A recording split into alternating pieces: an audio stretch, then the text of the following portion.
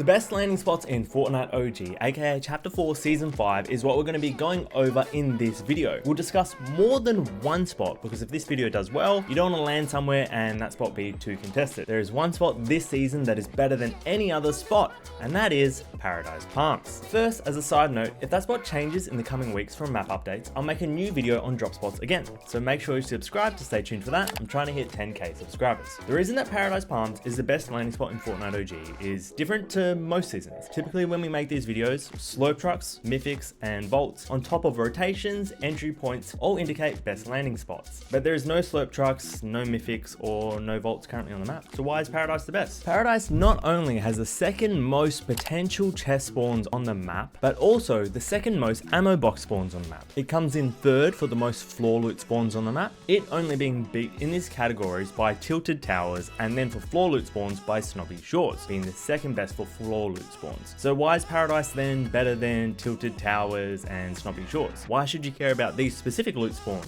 Well, Tilted Towers has way too much RNG involved. From lots of people landing here, you're typically going to be 50-50ing someone for a gun off the floor. Typically, it's not worth it. And on top of that, it has way too many entry points that people can come from. And every location inside of Tilted is way too open, with windows, doors, and other buildings and mountains being around it. So no side that you're ever on is safe. And from entry points, I mean entries that people can enter from. People can come into Tilted from any direction. Paradise Palms, on the other hand, is a lot better because of less entry points. People might land here on the back side of it, but because there is no named POI behind it, people are less likely to rotate in from this direction later on in masses. Not to mention, if someone directly rotates in from another POI into Tilted Towers, they're going to be good because they took out everyone else at the POI they landed. Paradise also has great loot. A lot of chests and a lot of gun spawns means you're likely going to have the loadout that you want before leaving. The right shotgun, the right assault rifle, and most importantly, the right heals. Ammo boxes being lastly the last big reason to land Paradise. Minis are really scarce this season in Fortnite, and they're the best heals because you can pop them quickly in a fight. But minis come out of these types of new ammo boxes. Not to mention, you get extra ammo, which ammo is also scarce of this season because there's no ammo perks.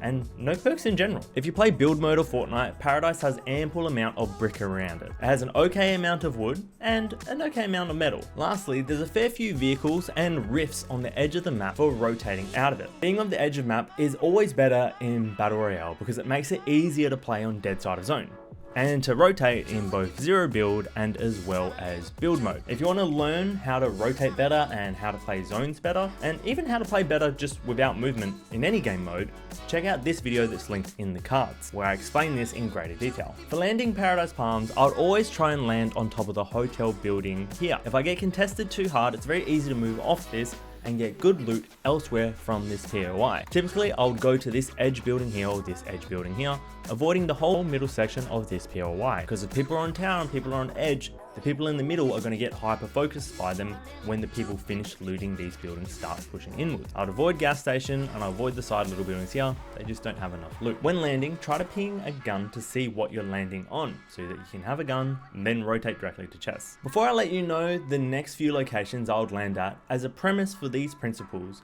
I would always try and land towards the edge of the map and typically land at a named location. Unnamed locations, for the most part, typically don't have enough ammo boxes, and you'll be unlikely that you come out of the place with good heals, unless it's one of the following unnamed locations I'm about to list and give to you. The layout for landings for gameplay and just generally fighting people, and areas where people can sneak up on you or just rotate in from other locations towards you, as well as loot spawns I've taken into account for the other good spots. The other good spots to land this season in this order are: number 1, New Mexico, this little building at the bottom section here. This little building area at the bottom section and the Paradise Palms. It has 19 potential chest spawns, 12 potential ammo box spawns, and 56 floor loot spawns, being an absolute Goliath when trying to pick up more loot in the general area. The next big location to land is actually not Flush Factory, although a great place to rotate from to this location, but Warehouse near Flush Factory. Has a total of 18 potential chest spawns, 16 potential ammo box spawns,